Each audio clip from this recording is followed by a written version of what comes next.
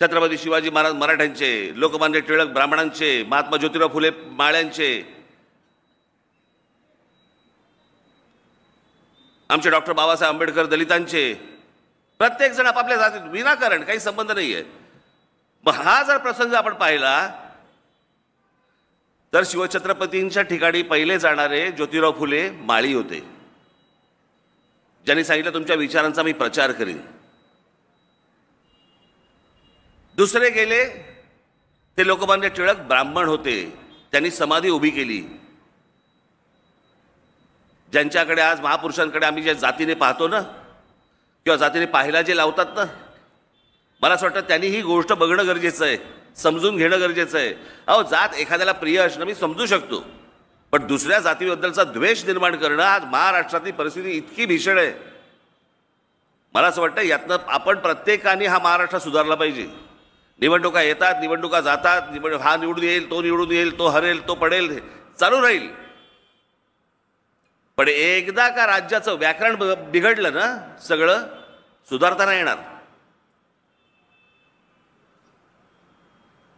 मी जो प्रयत्न करतोय तो हा प्रयत्न करतोय.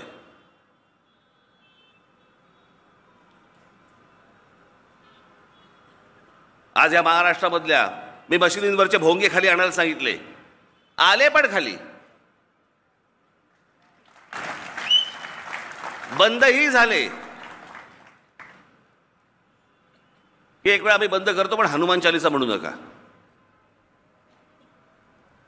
उद्धव ठाकरे त्यावेळेला मुख्यमंत्री होते, सगळे बंद झाले. 17,000 माझ्या महाराष्ट्र सैनिकांवरती त्या सरकारने केसेस टाकल्या. का? कारण हनुमान चालीसा म्हणणार होते. म्हणजे संरक्षण कोणाला? मशिदींवरच्या लाऊडस्पीकरना. म्हणजे मागे एकदा कधी अनेकदा माननीय बाळासाहेबांनी शिवतीर्थावरनं का अनेक सभांमधनं सांगितलं होतं की या मशिदींवरचे भोंगे खाली आले पाहिजेत. जर ती गोष्ट जर समजा राज ठाकरे करत असेल तर उद्धव ठाकरे आडवा येतोच कसा?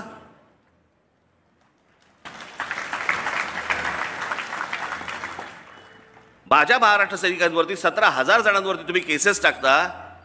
तुमचा कल कळला आम्हाला कुठे आहात तुम्ही? ही काँग्रेस, जे स्वातंत्र्यवीर सावरकरांचा, हे राहुल गांधी, अक्कल पण नाही त्याला. स्वातंत्र्यवीर सावरकरांचा अपमान करते. त्या दिवशी आमच्या त्या काय आपल्या खासदार वर्षाताई गायकवाड, व्यासपीठावरती वर्षाताई गायकवाड त्या राहुल गांधींना शिवछत्रपतींची प्रतिमा देत होत्या.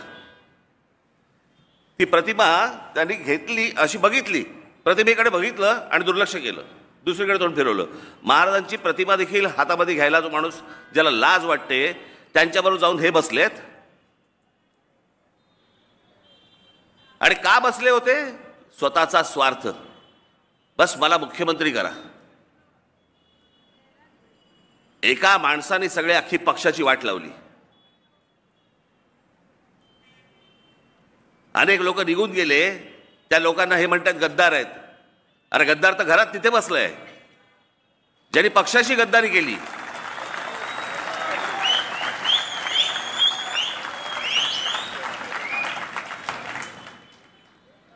काय असतं, एक कुटुंब असतं. त्या कुटुंबामध्ये 3 मुलं असतात. पहिल्याचं लग्न होतं, सुनबाई घरामध्ये येते, सासूबाईशी पहिलं भांडण सुरू होतं. तो मुलगा म्हणतो जाऊ दे, मरू दे, आपण घर दुसरं करू, आपण दुसरीकडे जाऊ. म्हणून तो मुलगा आणि ती सूनबाई, ती मुलगी बाई त्याची दुसऱ्या घरामध्ये राहायला सुरुवात करतात. लोक म्हणतात काय हल्लीच्या मुली घरात आल्या की आपल्या सासूबाईंशी नीट बोलायला नको, काही करायला नको. दुसऱ्या मुलाचं लग्न होतं. सुनबाई घरामध्ये येते. सकाळच का?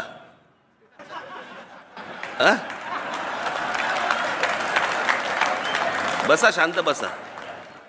मी रविवार असता तरी मी समजू शकलो असतो, सोमवारी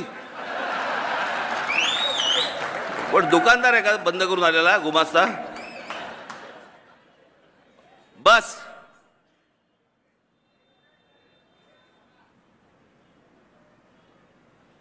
दुसऱ्या मुलाचं लग्न होतं. सुनबाई घरामध्ये येते. थोड्या दिवसात सासूबाईंशी भांडण सुरू होतं, वाद सुरू होतात, सगळं सुरू होतं. तो मुलगा म्हणतो आपण जाऊन दे आता, आपण दुसऱ्या घरात जाऊन राहू, आपण दुसरीकडे जाऊन राहू म्हणून दुसऱ्या पण मुलगा निघून जातो घरामधनं. तिसरी सून येते.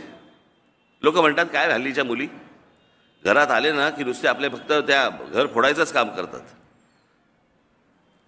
तिसरी मुलाचं लग्न होतं. तिसरी सून येते. तिसरी सून आल्यावरती परत सासूशी भांडण सुरू होतं. तिसरा मुलगा म्हणतो मला आता घर सोडून जायचं, मी तिसरा मुलगाही घर सोडून जातो. तेव्हा लोक बोलायला लागतात काहीतरी सासूत प्रॉब्लेम आहे. कळलं का? तसं ही जी शिवसेनेची सासू बसली आहे ना आतमध्ये, तिथे तिचा प्रॉब्लेम आहे.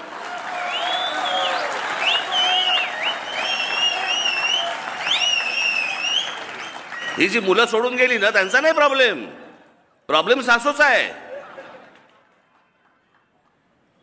मला असं वाटतं की ही गोष्ट आपण नीट समजून घेतली पाहिजे की हे या लोकांनी जे तुमच्या मतांचा जो अपमान केलाय,